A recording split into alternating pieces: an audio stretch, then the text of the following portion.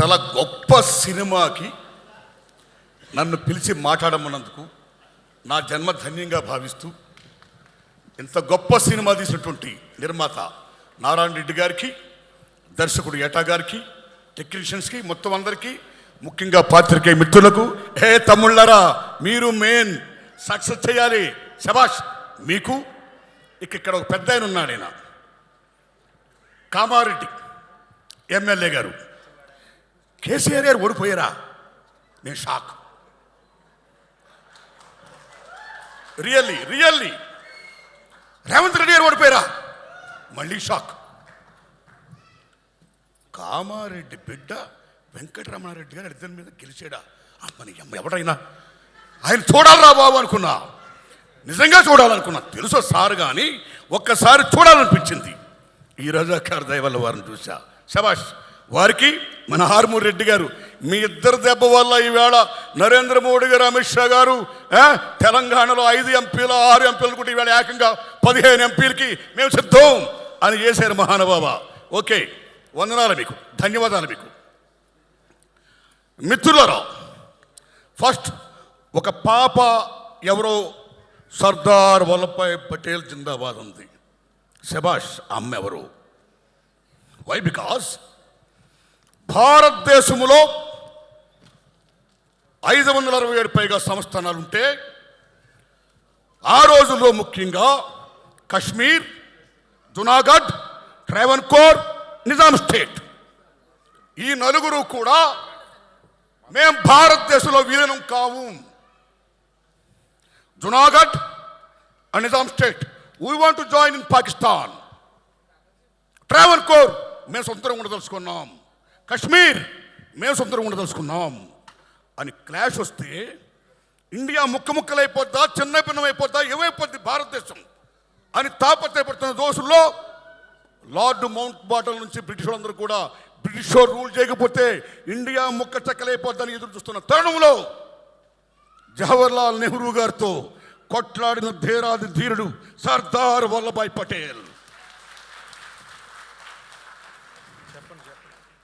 అప్పుడు నెహ్రూ ప్రధానమంత్రి, సర్దార్ వల్లభాయ్ పటేల్ ఉప ప్రధాని, హోమ్ మినిస్టర్. మిస్టర్ నెహ్రూ, ఇప్పుడు కన్నా ఈ కన్నా మనం విలీనం చేయకపోతే we are going to lose our nation, Hinduism country, India మొత్తం పోతే. నువ్వు చేస్తావా, నన్ను చేయమంటావా అని పటేల్ గారు అడిగితే నెహ్రూ అలగపూనాడు. అలగపూన్నప్పుడు నువ్వు అలగపూనుతున్నావు, very sorry, I'm going to resign my post అన్నాడు పటేల్. సర్దార్ వల్లభాయ్ పటేల్ అంటే మీరు నమ్మండి, ప్రైమ్ మినిస్టర్ ఆఫ్ ఇండియా కావాల్సినోడు.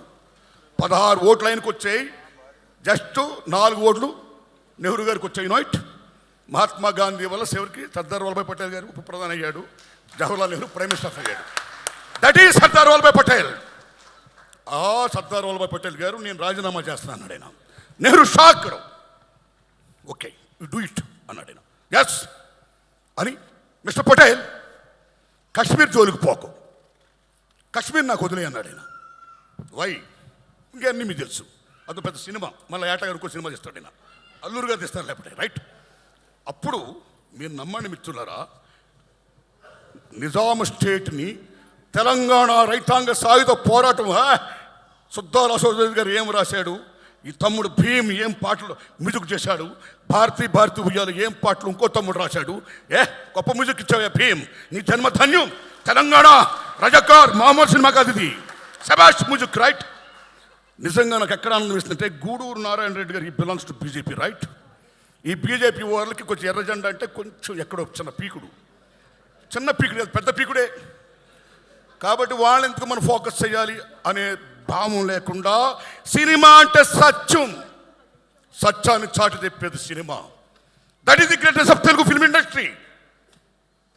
భారతదేశంలో ప్రపంచంలోనే చారిత్రాత్మక సినిమాలు తీయాలన్నా, పౌరాణిక సినిమాలు తీయాలన్నా, సోషల్ తీయాలన్నా, ఇలాంటి హిస్టారికల్ ఫిల్మ్ తీయాలన్నా తెలుగు గడ్డ. That is the greatest of Telugu. సత్యం జనాన్ని చెప్పడం. అందులో ఈవేళ గూడూరు నారాయణ రెడ్డి గారు ఈ రజాకార్ సినిమా తీయడం ఆషామాషి కాదు, నిజంగా గట్స్ కావాలి.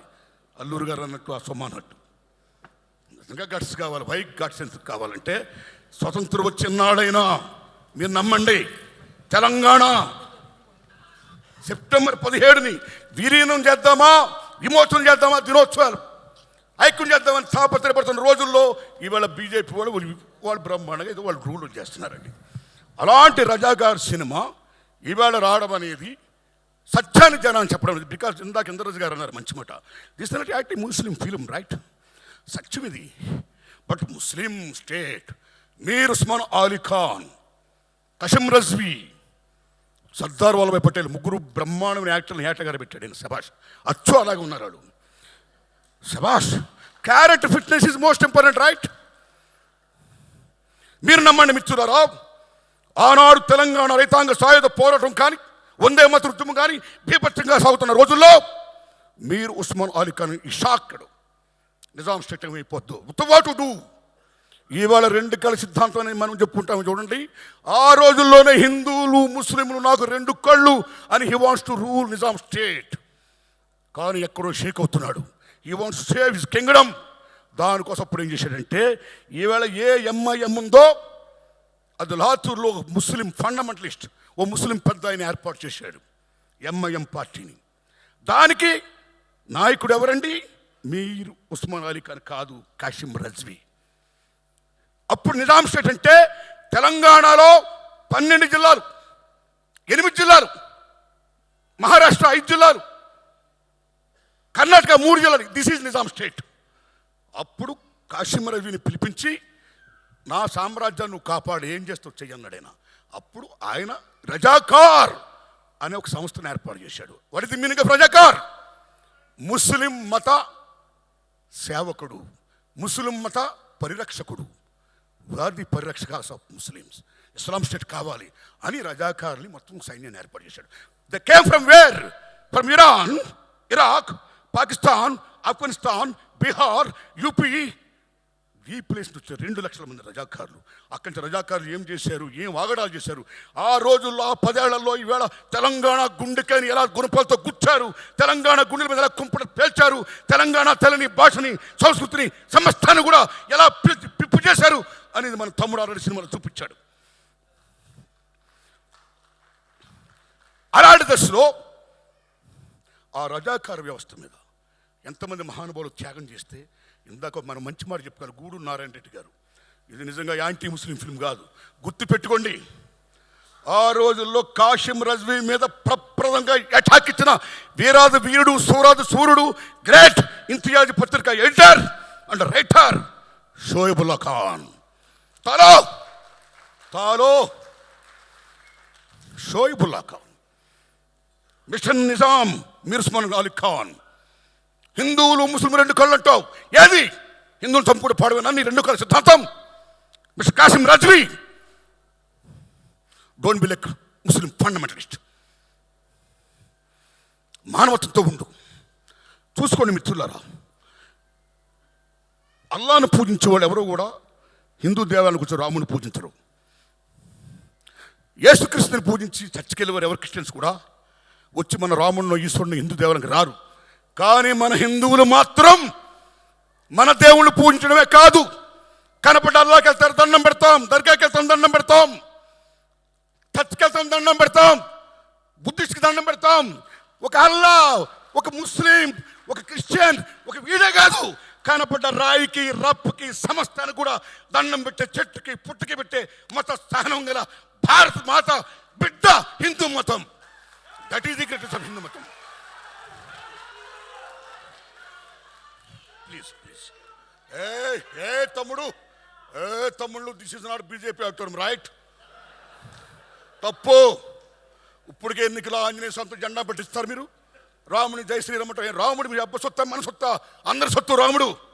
ఇక్కడే మాట్లాడకండి ప్లీజ్.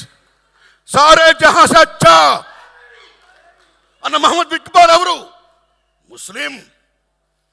ఆయన సారే జహా సే అచ్చా హిందుస్థాన్ హమారా అన్నాడు, కానీ సారే జహా అచ్చా పాకిస్తాన్ హమారా అల్లా.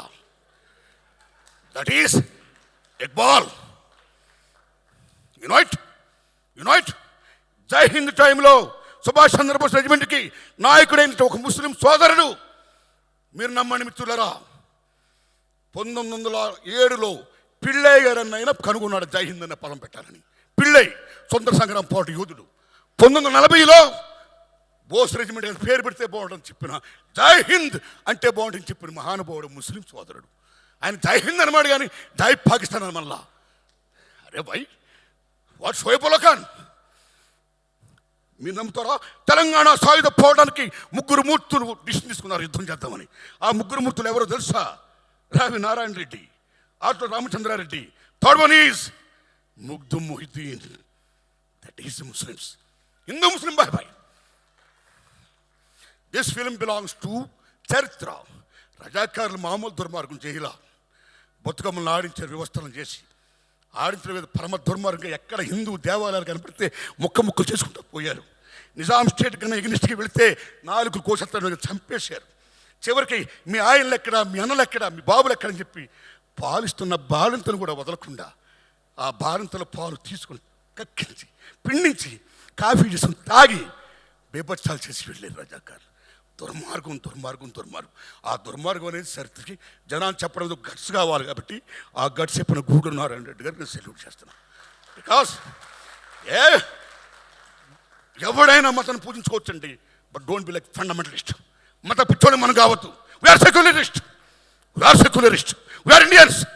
భారత మాతకి జై, రైట్? సో ఆ దశలో ఎంత గొప్ప సినిమా తీసినందుకు, ఇది మామూలు విషయం కదా. ఈ సినిమా రజాకార్ హోల్ హార్టెడ్లీ ఈ సినిమాని మొత్తం చూపించండి సార్. ఏ మతంలో ఉన్నా సరే ఫండమెంటలిజం ఉండకూడదు, అందరినీ సాధారణంగా మనం పూజించుకోవాలి. అల్లా ఏం చెప్పాడు? బేబత్సాలు చేయమన్నాడా? ఆదుకోమన్నాడు. రాముడు ఏం చెప్పాడు? చంపమన్నాడా? ఆదుకోమన్నాడు. అరే, వాట్ ఈస్ ది రిలీజియన్? మతం అంటే ఏంటి? What is the meaning of Hinduism? What is the Islamism, Muslimism? Ism అంటే మతం, మతం అంటే ఉద్దేశం.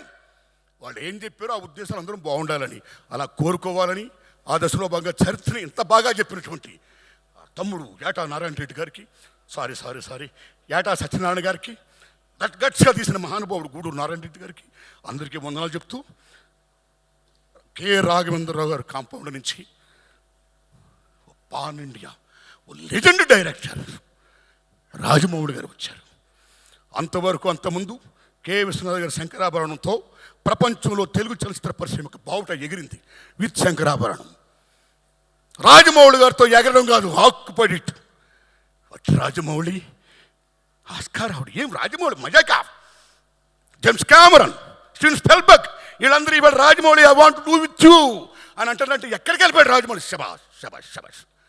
అలాంటి రాజమౌళి తర్వాత మళ్ళా రాఘవేంద్ర శిష్యుడు ఏటా సత్యనారాయణ గారు. కాబట్టి రాజమౌళి గారు అంత గొప్పోడు కావాలని నేను కోరుకుంటున్నాను. Thanks a lot. ధన్యవాదం బ్రదర్, ధన్యవాదం. రైట్, అందరికీ నటించిన నటినటికి, అందరికీ టెక్నీషియన్ మొత్తం అందరికీ, మీడియాకి మొత్తం అందరికీ, తమ్ముళ్ళు మీడియా మిత్రులరా, ఈ సినిమాను బ్రహ్మాండంగా ప్రమోట్ చేయండి, బ్రహ్మాండంగా ఆడాలి. అయ్యా గూడూరు నారాయణ రెడ్డి గారు ఒక ప్రెస్ మీట్ పెట్టండి. This the film the history of Telangana, not the film of Hinduism or Muslimism. My friends, we Indians, come and see the film and support it అని చెప్పండి మీరు. రైట్? నమస్కారం తమ్ముళ్ళరా, ధన్యవాదాలు మీకు. Thanks a lot. Thank you so much Narayanamurthy గారికి ధన్యవాదాలని తెలియజెప్తున్నాను. నమస్కారం. Thank you sir, thank you. అన్ని మతాల కన్నా కులాల కన్నా పెద్దది మానవత్వమే అని మరొక్కసారి మనందరికీ ఈ వేదిక మీద చాటి చెప్పిన ఆర్ నారాయణమూర్తి గారికి ధన్యవాదాలు తెలియచెప్తూ ఉన్నాము. అలాగే ఈరోజు మన ఈ కార్యక్రమానికి విశిష్ట అతిథిగా మాధవీలత గారు ఇక్కడికి విచ్చేయడం జరిగింది. ఆవిడ ఎలక్షన్స్ కంటెస్టింగ్లో బిజీగా ఉన్నప్పటికీ ఈరోజు ఈ సమయాన్ని వెచ్చించి ఇక్కడికి విచ్చేసినందుకు ధన్యవాదాలు తెలియచెప్తూ